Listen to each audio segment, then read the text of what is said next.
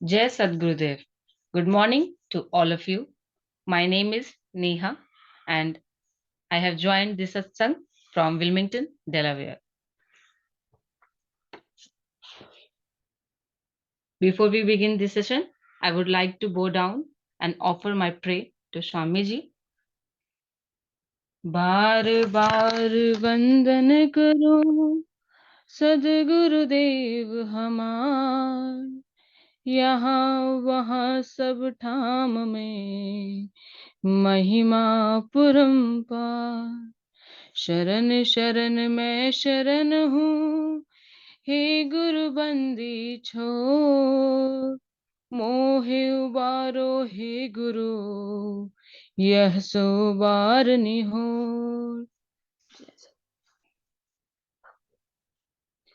Welcome to weekly satsang organized by North American Institute of Vihangam Yoga.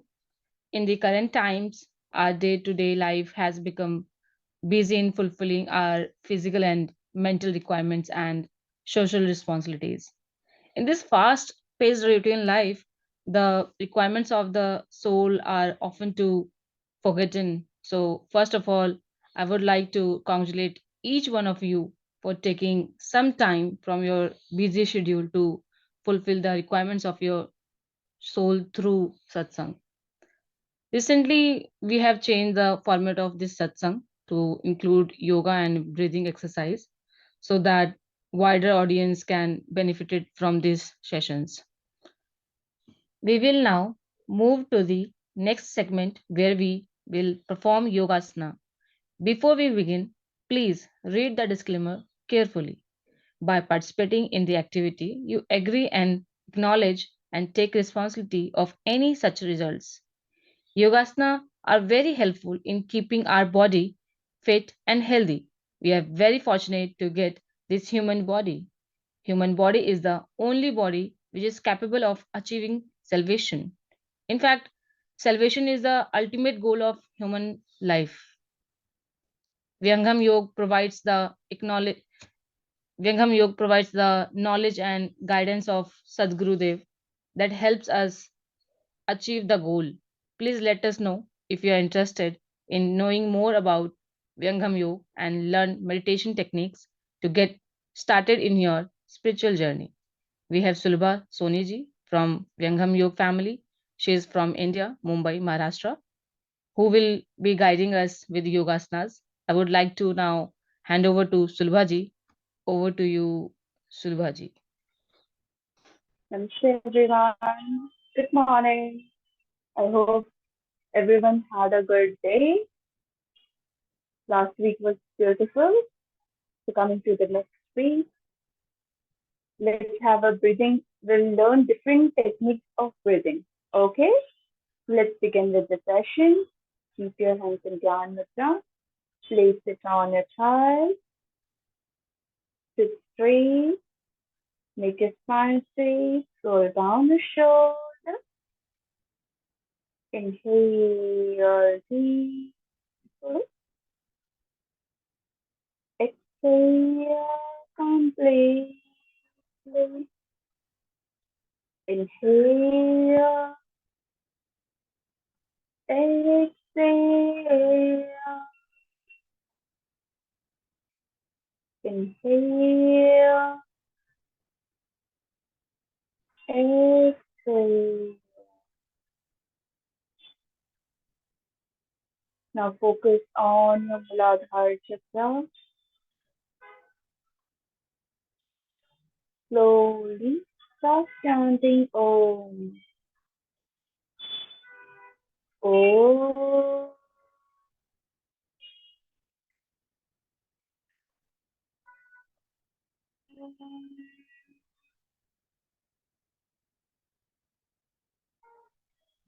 Om.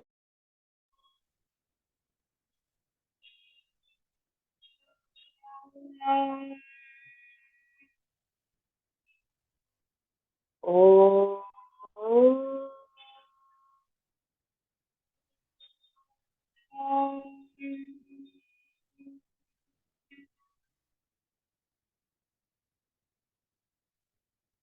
Join your hands, close your eyes.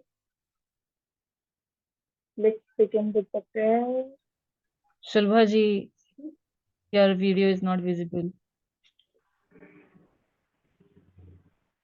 Please repeat after me. Oh,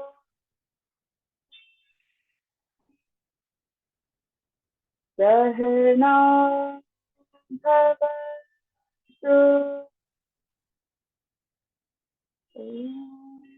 Sahana Bhavatu. Sahano Bhunatu. Sahano Bhunatu.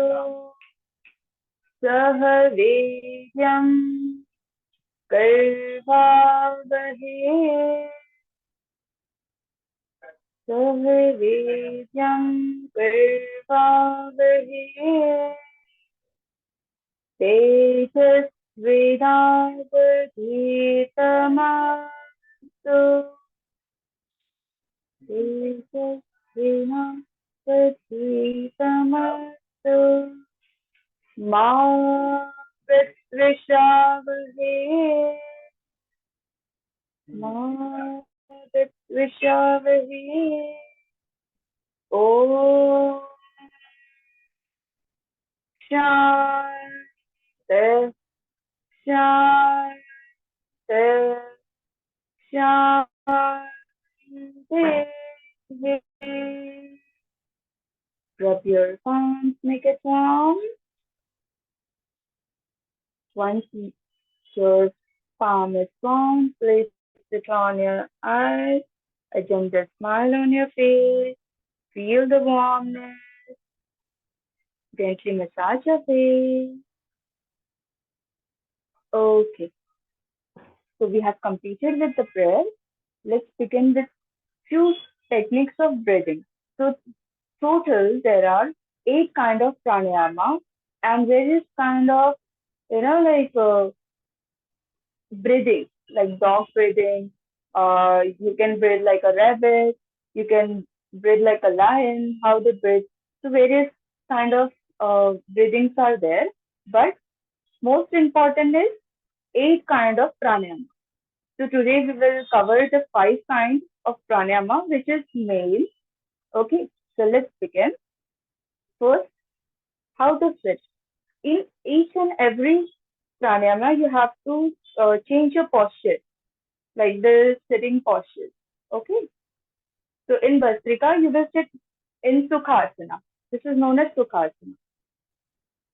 No Siddhasana, just normally you have to sit in Sukhasana.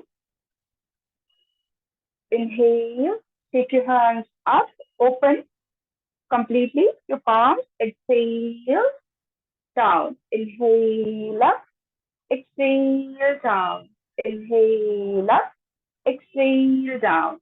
This is known as Bhastrika Pranayama. So high blood pressure, people should avoid it. They should not do or very slowly inhale and exhale down. Very slowly. Okay. And the patients who have the heart issue, like they got mild heart attack or they have like they have heard doctors have suggested that don't go for breathing exercise or don't run fast. So please, that people have to avoid it. People sitting here, if you're listening, high blood pressure, people should not do it. All right, let's begin. Inhale up, exhale down. Inhale up, exhale down. Om 2, Om 3, Om 4, Om 5, Om 6, Om 7, Om 8, Om 9, Om 10, Om 11. Inhale up, exhale down. Inhale, open your palms. Exhale, close. Inhale up, exhale down. 16, 17, 18, 19, and 20. Relax. In Bhastrika, there are 3 kind of Bhastrika. Mainly, usually people will say, do this one, this is only the Bhastrika. But there are 3 Bhastrikas. The first one I showed you. Let's moving to the second one. There's like tap to sit in Siddhartha. Okay. Sit in Siddhartha, hands in Jnana Mudra. You have to do chest breathing. In this, you have to inhale through the chest and exhale out completely through the chest. Make sure you're not taking breath from your tummy. Alright. Your abdominal breathing. Breathe from nose and your chest. Inhale, rise in off your chest. Exhale, fall off your chest. Inhale, expand your chest. Feel as much air you can feel in. This will open each and every ovule of your lungs. It will strengthen up your lungs. It's very good for the asthma patients, the people who have breathing problems, who have lot of cough issues. They can do this. They can practice this regularly. Eyes closed. Continue doing deep breaths in, breathe out, breathe in, breathe out, breathe in, breathe out. Inhale, exhale, relax. Inhale deeply, exhale completely. A gentle smile on your face. Make your move very lightly while you do pranayama. You need to open your each and every like your brain completely so that you do it very happily. Continue doing for more 30 seconds. Yogis, if you can on your camera, that will be very good. Like I can see the smiling faces, isn't it? It creates a different kind of aura. Inhale. Yeah, I'm so sorry. There was some issue. I got disconnected. No problem. Thank you. Audible and visible, everyone? Yes. Okay. Yeah, I can see one smiling face. Thank you. Okay, let's start. Okay, let's begin with the third pattern of Vastrika, where you have to inhale and exhale through your tongue. But make sure it should be opposite of your normal breath.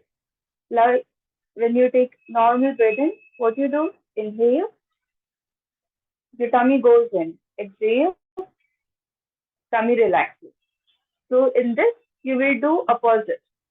When you inhale, take your tummy out. When you exhale, tummy in. Inhale, tummy out. Exhale, abdomen in.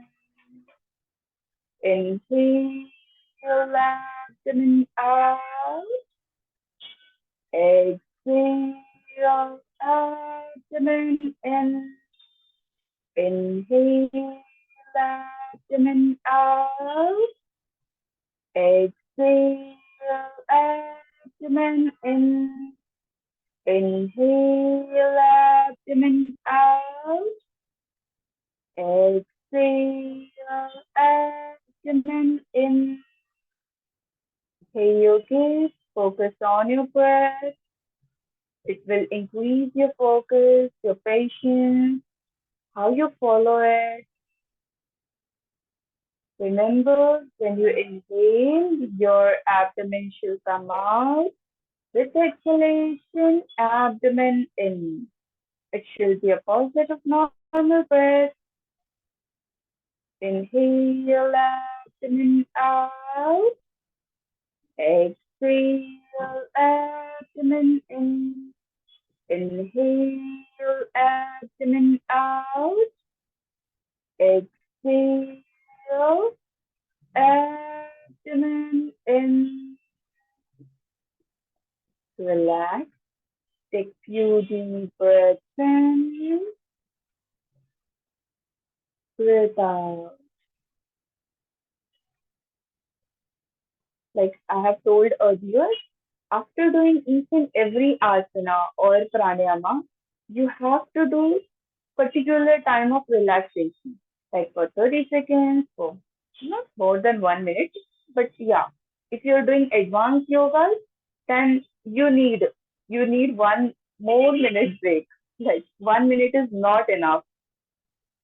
But like regularly in pranayama or basic asanas, you can take 30 seconds of break and you can prepare your body, gain the energy, and start for the next one. All right, let's begin the next pranayama, which is Kapalabhati. So in Kapalabhati also we have three patterns of Kapalabhati. The first one, very slow exhalation. Focus on your breath. Exhale, exhale, exhale. Like 1 second, one exhalation. 1 second, one exhalation. That is very mild. Okay, let's start with Kapalabhati. Focus on your exhalation.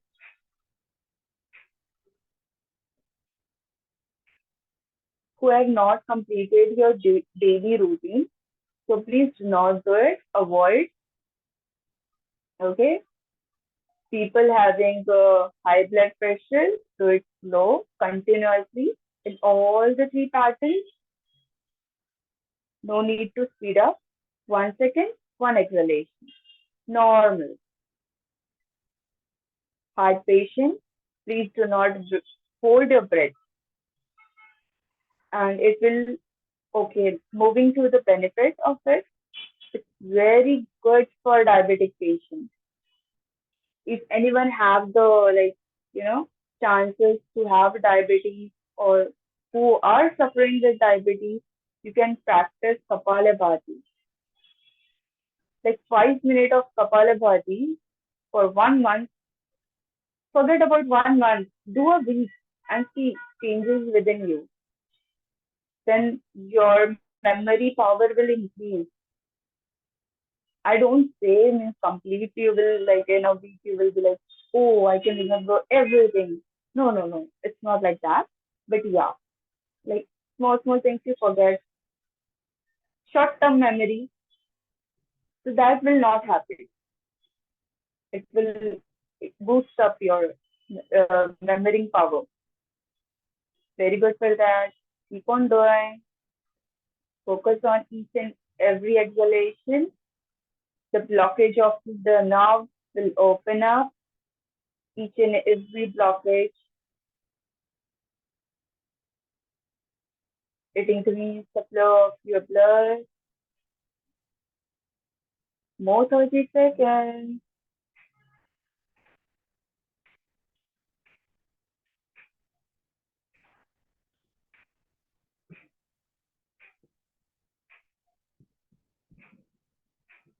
Okay, relax. Is anyone facing the back pain, a minute back pain while doing it? Any one of you can raise hand. No one? Hey, yogis, are you practicing or not? I'm confused. Okay, so let me tell you, when you do it properly, in a proper pattern, perfect setting, perfect posture, then you will get a bit of back pain, a general sweet back pain, which will tell you that you are doing it perfect. Okay, so no need to worry if you're getting a bit of back pain. All right.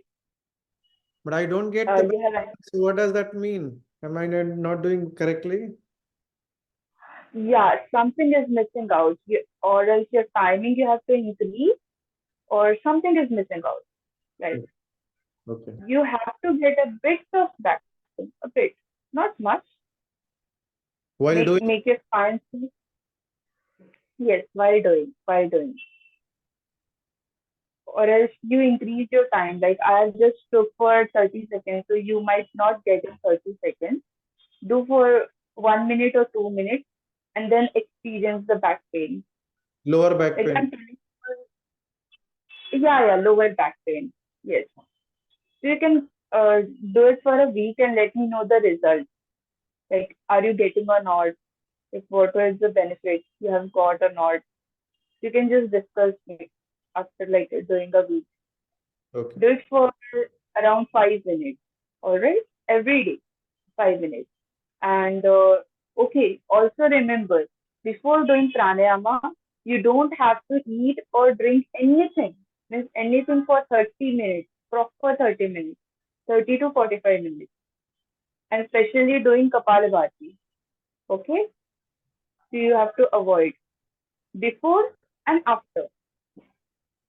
But after doing yoga, you can have like water, you can drink water, no issue. Like one sip or two sip of water. But pranayama, no. At least 15 minutes. Minimum 15 minutes for one sip of water. Does it go with Okay? Anulom Vilom also? Like after doing Anulom Vilom also, we should not have food or drink anything? Yeah, it is. It is. But you should avoid drinking water or having food. Okay. But for Kapalabhati, if you need a benefit properly, like you're doing for diabetes, okay, just think that you're doing for diabetes or you're doing for making your mind sharp or just to increase your breath, asthma, to get rid of asthma. So you're doing 5 minutes of practice, and after 15 minutes you drank water. As water you want to do. After some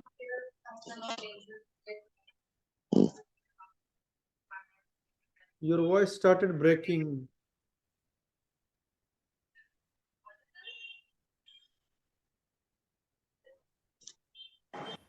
Am I audible? Yeah, now it's okay. Hello. Yeah, now it's okay. Sorry. My second Bluetooth got connected. I'm so sorry.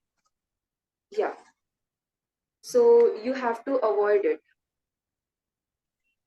Okay. Yes. Okay, moving to next. Let's move to the next pranayama. This was Kapalabhati, which is known as second pranayama in the eighth list. And first, you have to do 1 second one time. In second round, you will go for 1 second, two exhalation. But do not go in 1, 2, 3, 4, 5, 6, 7, 8, 9, 10. Avoid doing that. That is completely wrong. You have to go 1, 2, 3, 4, 5, 6, 7, 8, 9, 10. Got the pattern? Like fast, you have to go, not in the rhythm. And the third pattern will be as much as fast you can do. Okay, And as much as fast. where is the boundary for, you said, I think for if somebody has a high BP or something, what they should not do? Yes, they should avoid, they should do 1 second, one time. Okay. One exhalation, 1 second. Okay? Who have high BP, if you don't have any issue, you can go ahead. Okay. If you're fit and fine, go ahead. Okay? Let's begin. Let's do the last round. I'll give you about 10 seconds or 20 seconds and do as much as exhalation you can do it.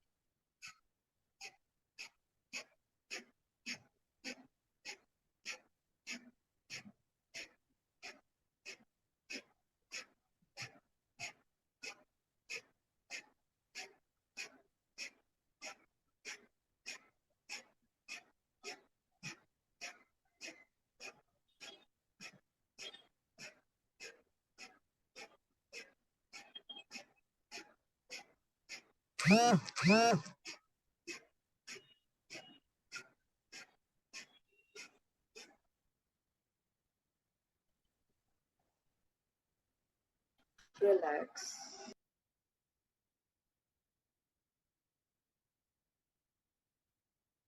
Breathe out. Breathe in. Breathe out.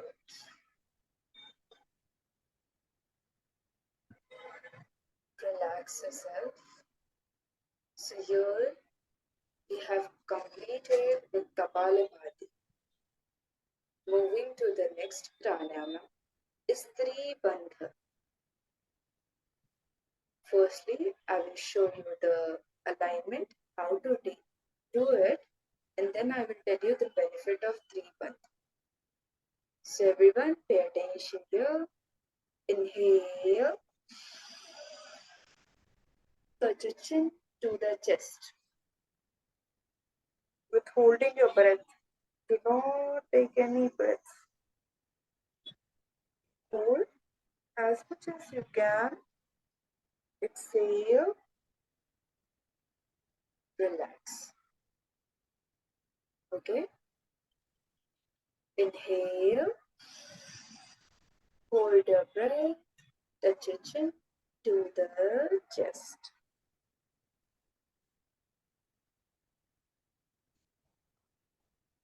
Do not leave the posture suddenly.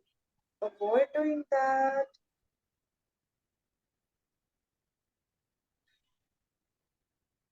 You can also keep your eyes open, and also as well as you can keep it closed just to save your energy. About 70% of your energy goes away from your eyes. 20% while you're speaking, and 10% you do the activities. Inhale, exhale, and release. One last round. Inhale deeply. Hold your breath. Chin to the chest.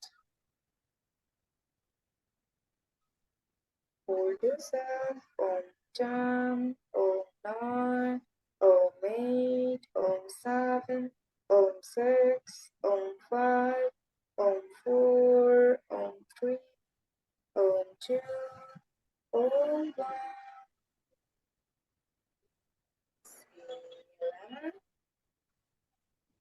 Release. Okay. Relax yourself. Everyone. Take deep breaths in, breathe out. Gain the energy, gain the power again. Open your legs if you want. Just shake it well because you have to sit for more 5 minutes. So just let the blood flow. Because if you are not comfortable, okay, while doing pranayama, while doing yoga or any activities, if you're not comfortable, your brain will not accept it. So you have to keep yourself so comfortable. When we take the session of stress management, the first thing is to sit comfortable, whether on the chair, on the bed, or maybe on the mat, however you're comfortable with. Okay, so we have completed with 3 bandh.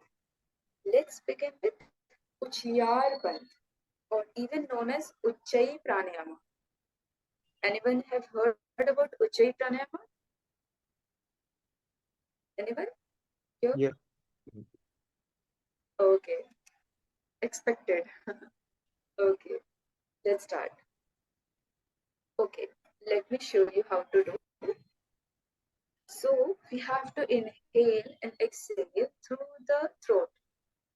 Each and every inhalation and exhalation. So it should goes like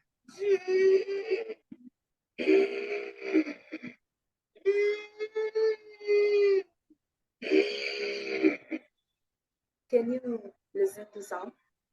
Are you able to hear it? Yeah. Yeah. Okay, so this was the pattern. to inhale and exhale. What's the wrong pattern people do? Like exhale. So this is not Ujjayi pranayama. You have to make the sound through the throat. Okay, let's begin. Inhale. Exhale. Inhale.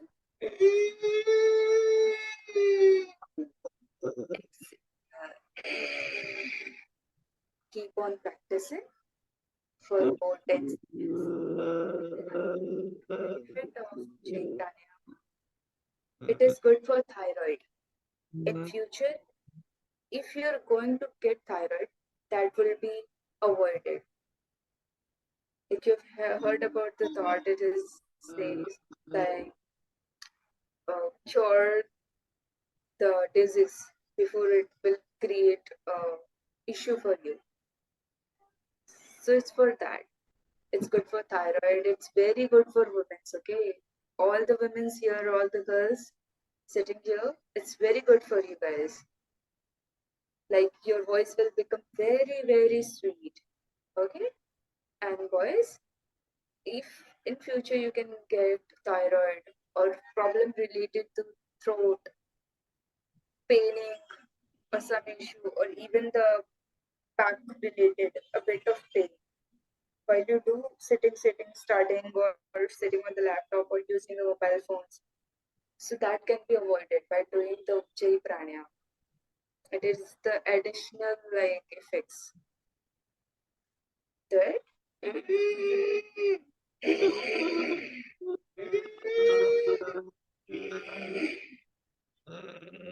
Okay, guys, rub your palm, take your neck up, and gently massage your throat. Let the warmness touches your throat.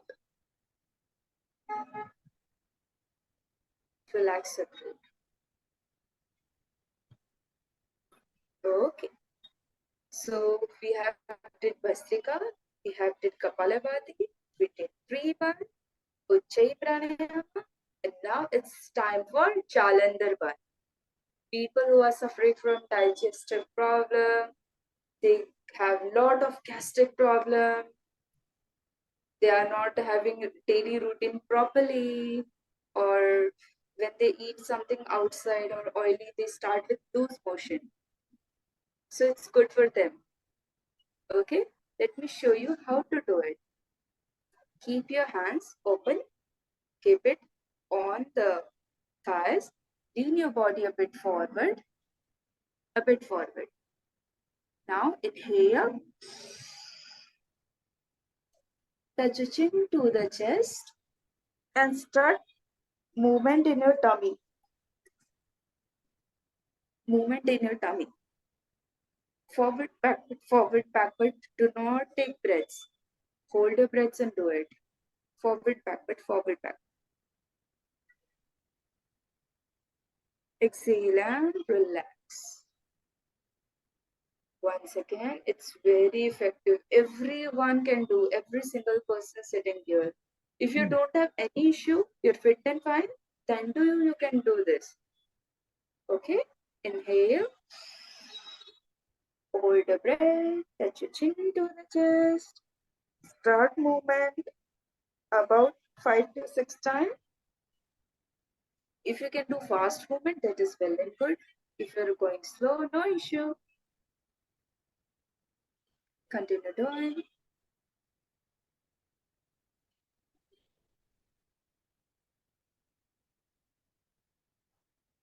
Exhale.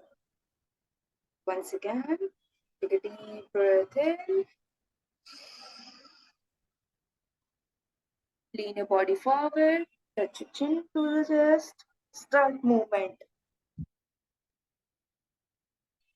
Everyone can do. If you want, you can close your eyes and concentrate.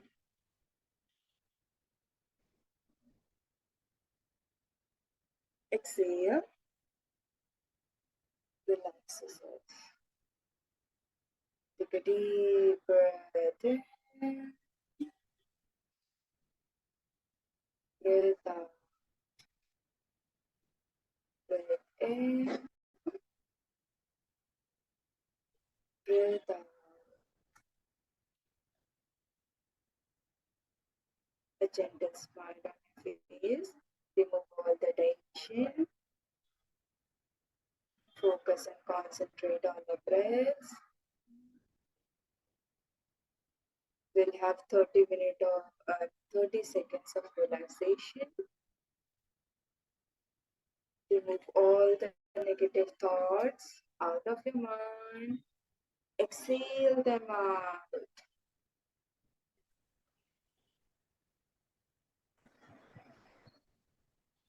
Once your heartbeat is very low, your body is normal, everything is normal.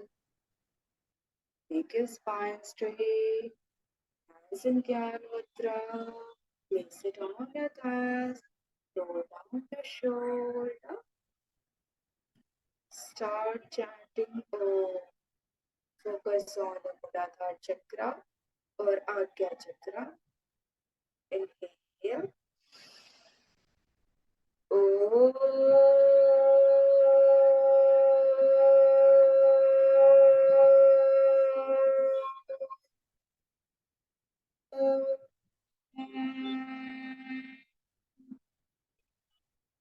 Second round.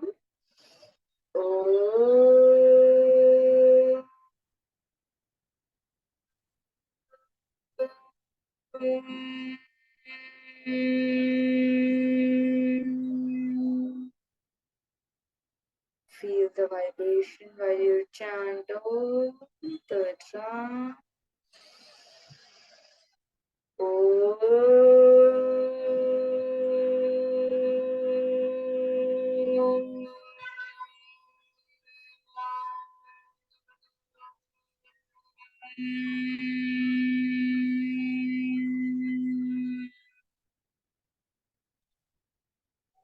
Everyone, join hands, close your eyes. Let's start with the ending prayer. Please repeat after me. Inhale. Om. Sarve bhavantu sukhinah. Sarve Vantu sukhina. Sarve santu niramaya. Sarve santu niramaya. Sarve bhadrani pashyantu. Sarve bhadrani pashyantu. Ma kaśyit dukhabhag bhavet. Ma kaśyit dukhabhavate.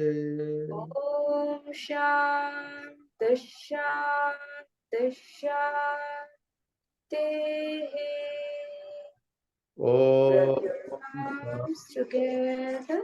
Make it warm. A gentle smile on your face. Place it on your eyes. Feel the warmness. This is the energy which you have created. And you know what? The benefit of this is like to give a glow on your face. Alright? Take your hands back. Let's do the Bhuvi Naman. Exhale down. Pray to the Almighty God, the Mother Nature. Thanks to everyone. Thanks to your parents. Thanks to your Guru.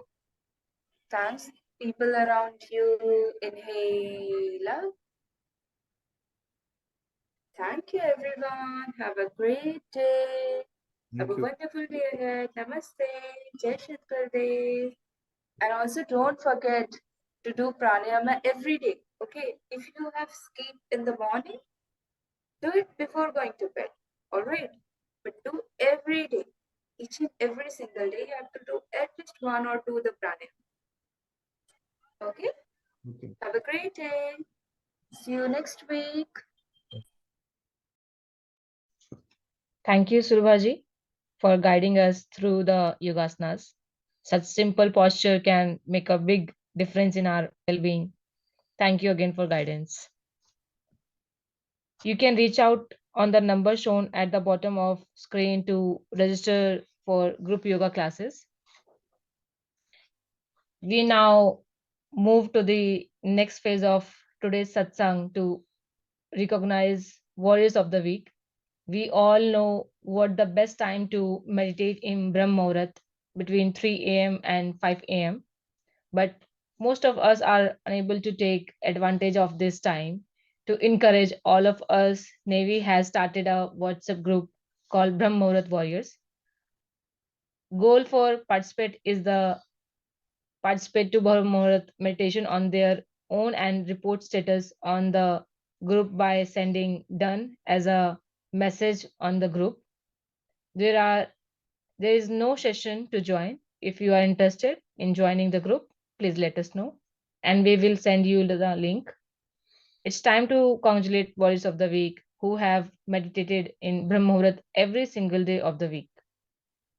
This week warriors are Radhaji, Suryaji, Mukesh Kumarji, Tejinder Sahdev Alok Ranjan Seema Singh Niranjan Kumarji, California. Inductees of the week are those disciples who have meditated for at least one day of the week. Inductees of the week are Yogesh Shishagarji, Manoj Guptaji, Shrirangji, Prachi Shishagarji, Ranjaniji, Lalmaniji, Devji, Bhagwatiji, Sudhanshu Kumarji, Niranjanji, Atlanta, Soumya Ranjan Swainji, Om Sairamji, Amit Talikarji. Thanks to Navy for such a great initiative and warriors and inductees of the week to encourage all of us. It is inspiring to see that the list growing day by day. We started with 2 or 3 people and have reached to 20 in a very short time of the time. Very encouraging to encourage people to at global scale. VY has also announced Global Meditation Challenge. The information has been circulating on our group for some time now. If you have not received it, please contact us. Those who have received the information, please register for the event and encourage your friends and family to join. There is no age limit, so encourage your kids and their friends too. So please take advantages of this opportunity. We now proceed to the next phase of satsang, VY talk. Today's topic is Bhakti.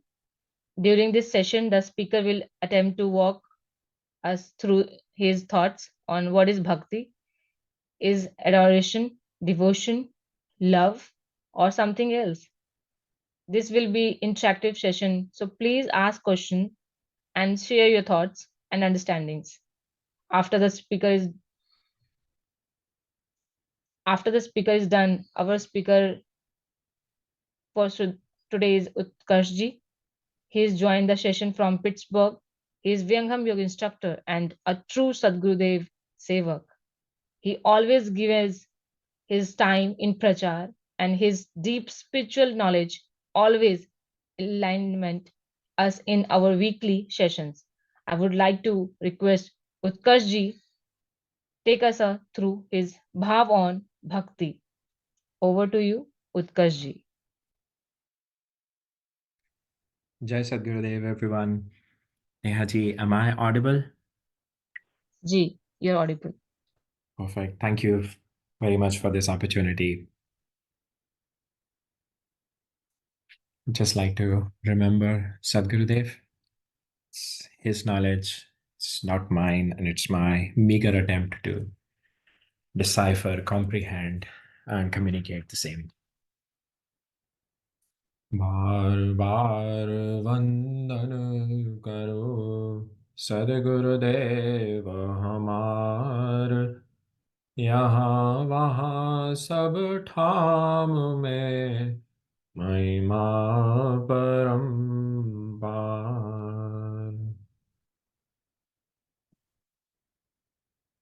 Bhakti. I must admit, this is one of the most difficult topics. Even though I've read much about this, I've heard our experienced sadhaks here, practitioners here on the same forum. And just 2 weeks ago, we all heard Dr. Subhashi explain this topic very beautifully in the context of a verse from Swarved. If you recall that,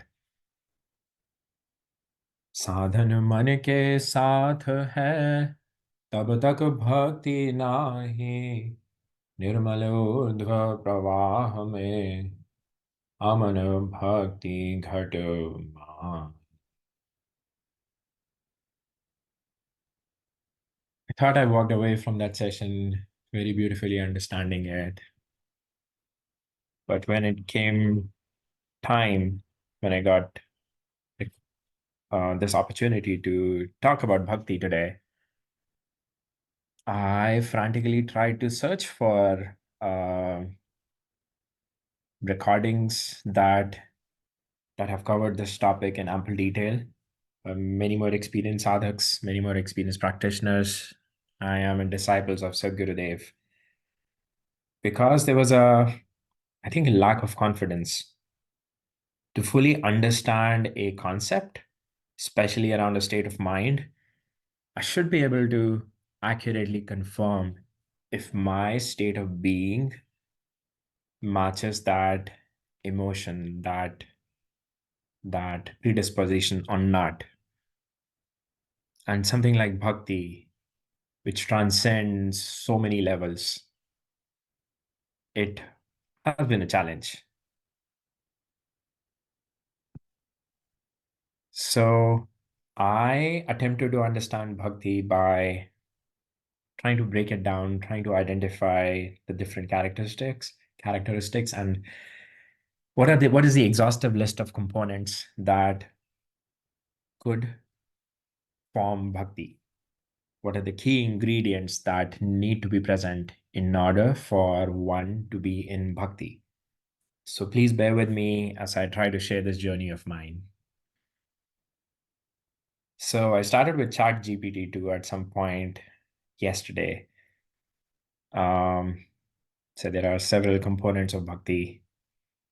Because it's a well understood or a well heard term across cultures.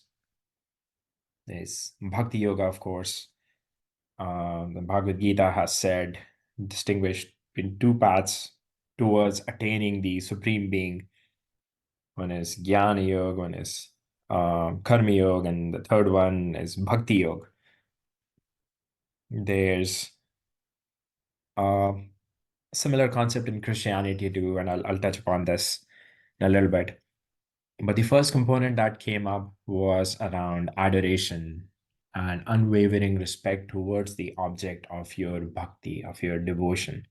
Bhakti loosely or literally translates to the word devotion in plain English.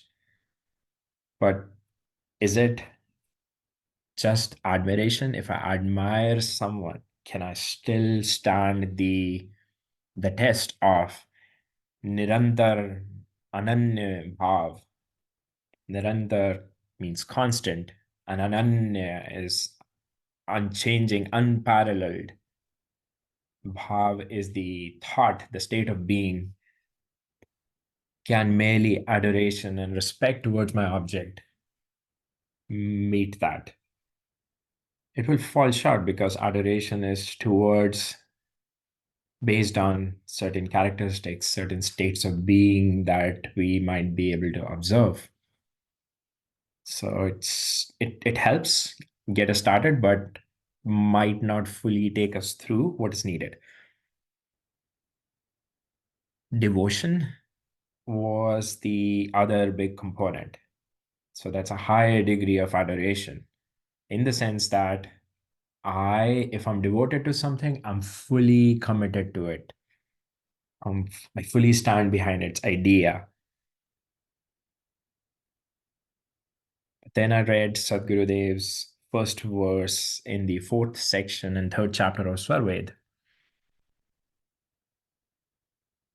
He starts by saying, सहज प्रेम प्रभु में लगे प्रीति निरंतर धार लग्न विरह और दाह में सुरति गगन गमतार योग भक्ति उपासना एक अर्थ कर वाच अनन्य भाव प्रभु शरण में प्रेम निरंतर साच.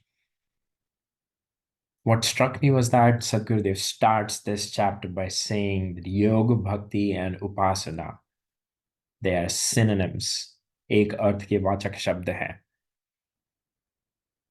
So the idea of devotion, which is the translation of bhakti being devotion, can it always equate to yoga as well as upasana, which is the Hindi word for prayer, worship, if I may? How can devotion towards something that's still separate from me? I can only be devoted to someone if I am a step away, a step lower, looking up from that object of mine. But yoga needs union. So how can devotion lead to that state of yoga as well as devotion while staying devoted towards someone or something, an idea at the same time? This again confused me, because clearly I'm missing a very important, another component towards completing this cocktail of bhakti. And for that, Sadgurudev again came to my help. There has to be an incessant longing to seek refuge under, or to surrender to your object, to the extent that I may long to just lose myself to the object of my devotion. What is that longing, that viraha? And the closest idea that this gives me is for this universal pull or force is love. And love is understood very differently by different people. But I'll tell you how I first learned about love. I'm not sure. The idea has constantly evolved. So I grew up loving my favorite toys in a way that I would inconsolably weep at their loss as they wore away, as my favorite teddy bear would develop slightest tear. Or the favorite pillow that I had, my parents would eventually need to discard it behind my back, in a way traumatizing me because it was torn to shreds. There were components of foam spilling out, but that was my favorite pillow.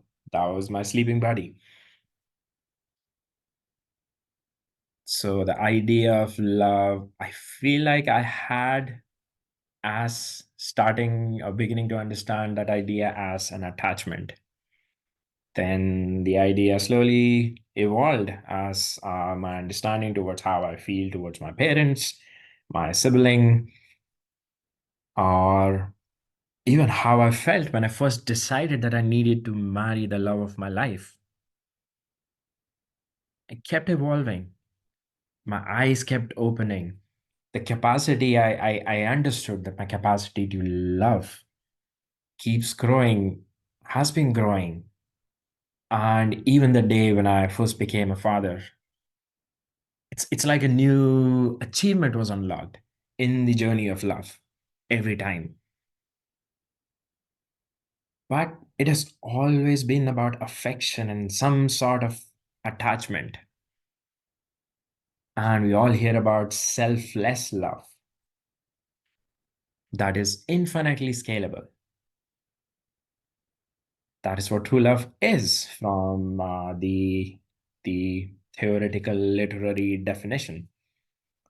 So try to understand that too. Like how a mother loves her firstborn, exactly the same as when her secondborn comes around.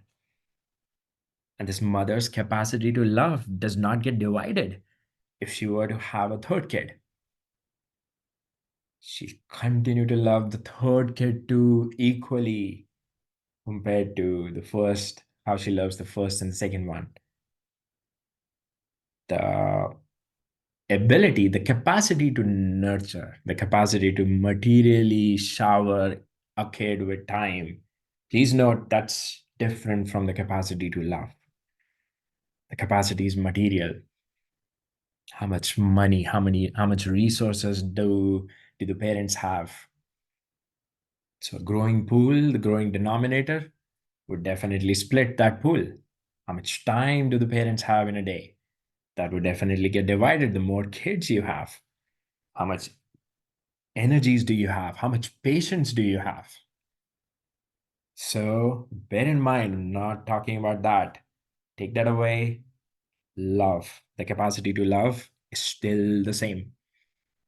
No matter if the mother were to have a fourth kid, a fifth kid, a sixth kid, a 10th kid.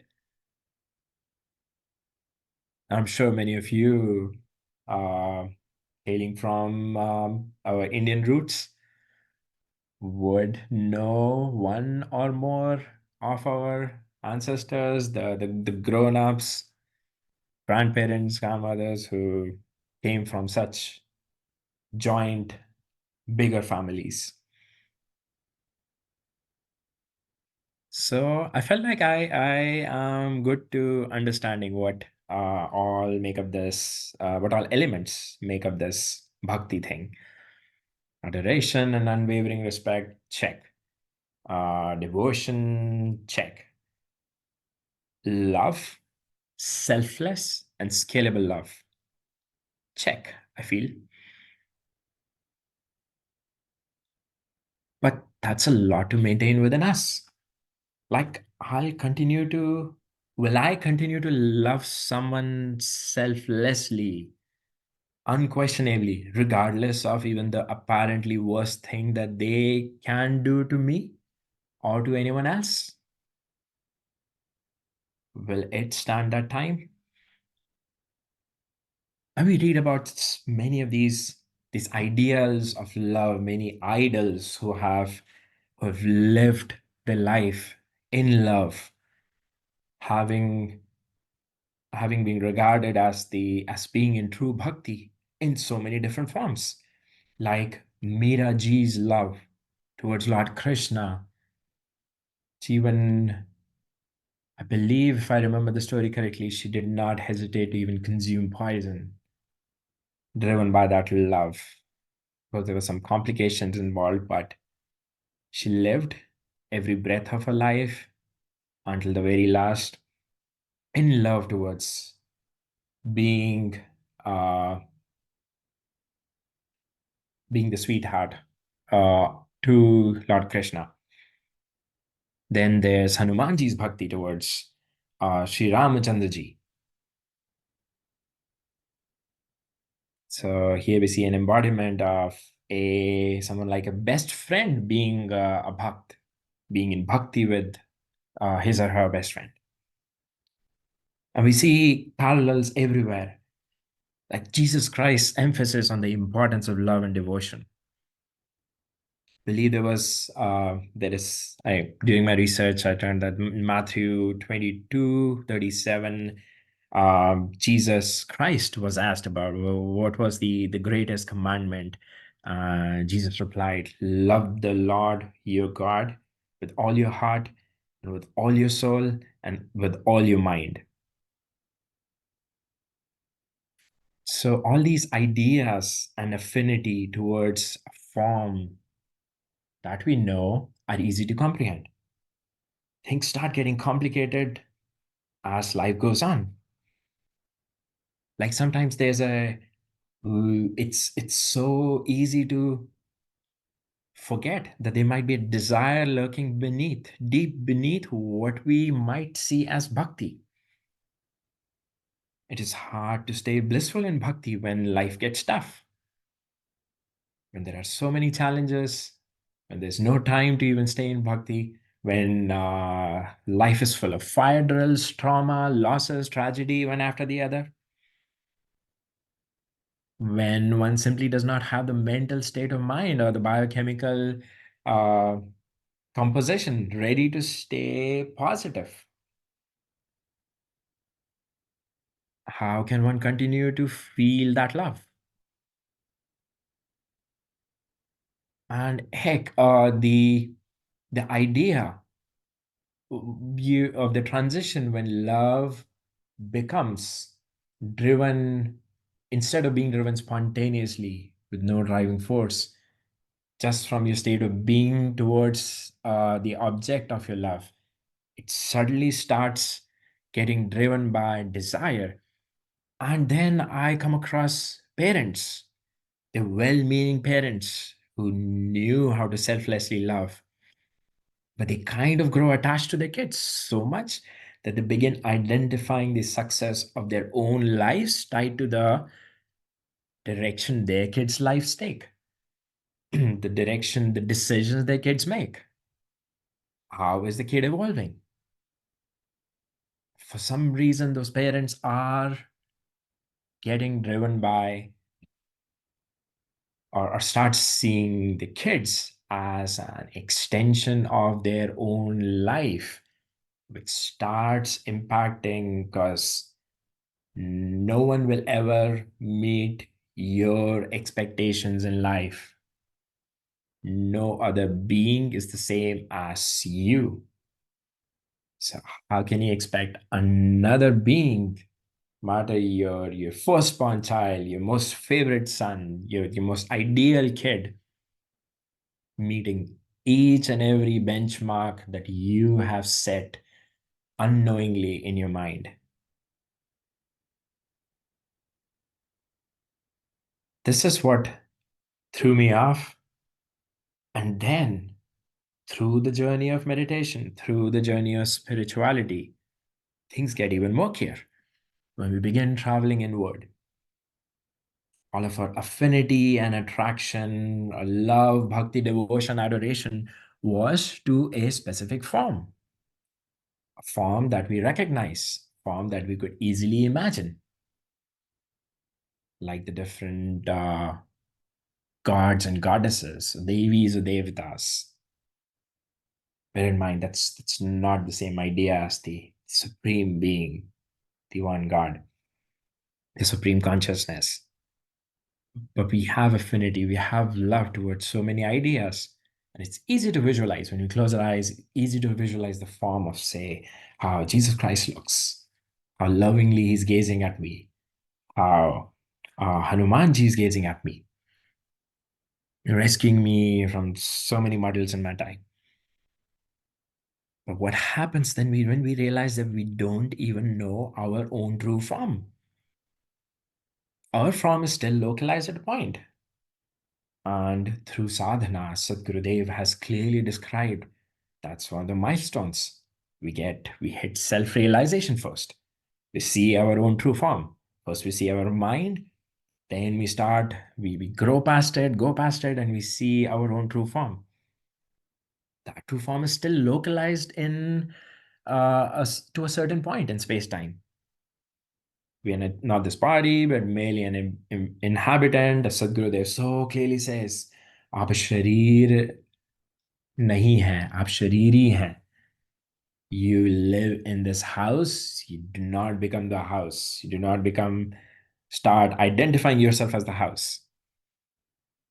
So that's the start of another troublesome confusion for me. How can we even begin visualizing the one who is not even localized, who doesn't have any form, who cannot be visualized, experienced through any of the five sensory organs, the sensory superpowers that I have been given in this human body? How can I even begin to visualize begin to imagine that all-pervading, ever-present, supreme consciousness who is even outside of time. How do I begin forming what my form of bhakti should be towards this being? That is where Sadguru Sadapal Ji Maharaj again came to my rescue.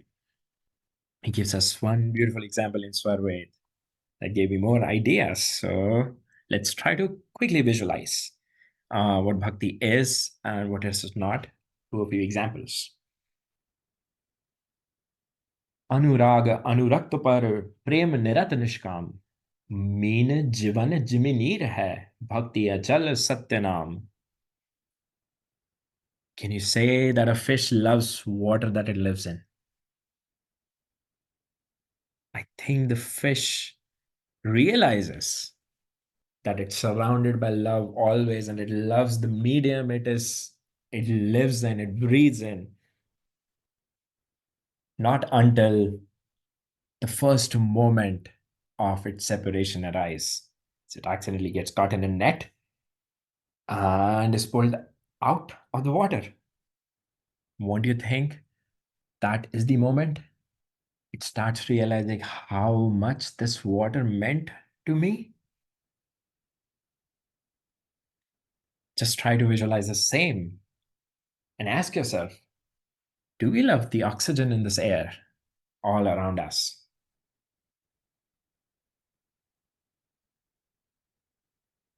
Anyone who's gone through, say, a near-death experience would be able to tell you, or even a choking incident. Until the soul realizes what it has, what it is close to, what it is so dependent on, until it starts craving, got it? Craving to stay submerged. You come back from that near-death experience. You come back from that, almost kicking the bucket moment. That's when you realize that I would want nothing more to just stay submerged in this ocean of oxygen around me. When is that kind of selfless and unconditional love? That kind of selfless and unconditional love. I know it's around me. I'm full of gratitude towards it, towards the very life force we've been given. I love it. I crave for it. I cannot imagine living without it. I wouldn't want to live even a microsecond without it.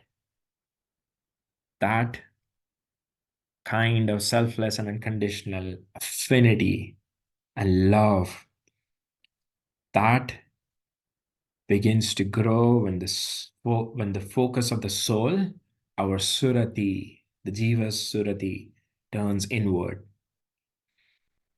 It belittles all the pleasures of this creation that it thought it ever valued. Any sensory gratification grows past all of those. The surati rises upward. सहज प्रेम प्रभु में लगे प्रीति निरंतर धार लग्न विरह दाह में सुरति गगन गम तार.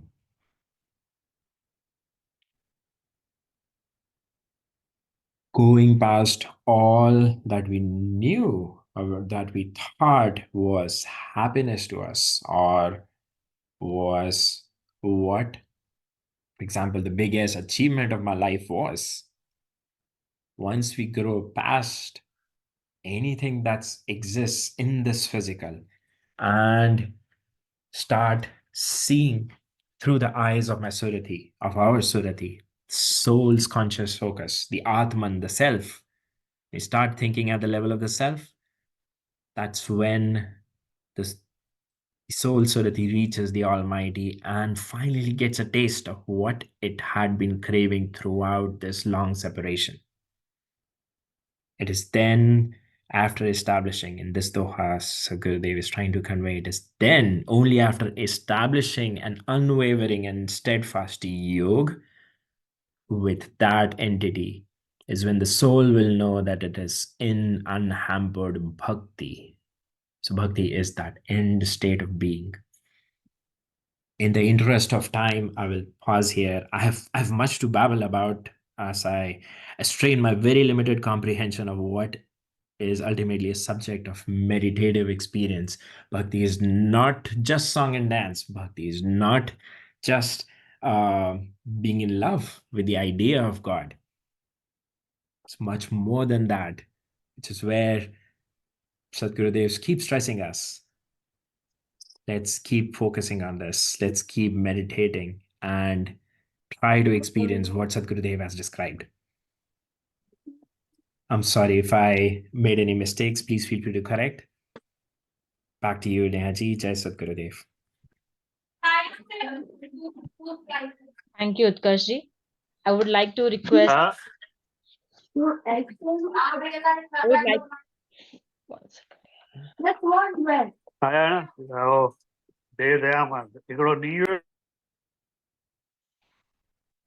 Thank you, Utkarshji. I would like to request that if anyone has any questions or reactions or would like to any of their narrative on the same line, anyone who has joined this session for the first time, please introduce yourself and share how you learned about this satsang.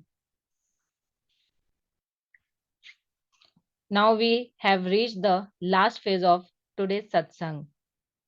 I request everyone to sit down for the Shanti Path. In Shanti Path, we chant for peace for everyone in this universe. May Sadgurudev bless the entire cosmos with the peace, love, and prosperity. I would like to now request to Ahanji to recite the last few lines of Shanti Path for us. Shanti Path. Ahanji.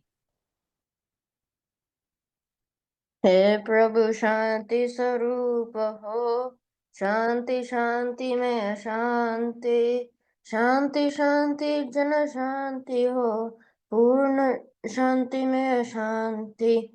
हे प्रभु शांति प्रदान कर, दूर हो सर्व शांति, देव सदा फल शांति में, शांति शांति सुख शांति। Thank you, Ahanji. I would like to thank all of you for joining today's satsang.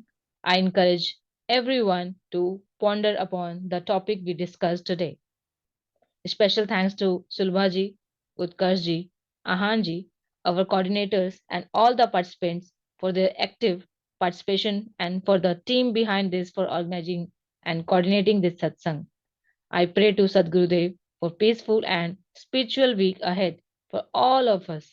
See you all next Sunday at 9 a.m. EST on same Zoom session. Have a wonderful day ahead. Jai Sadgurudev.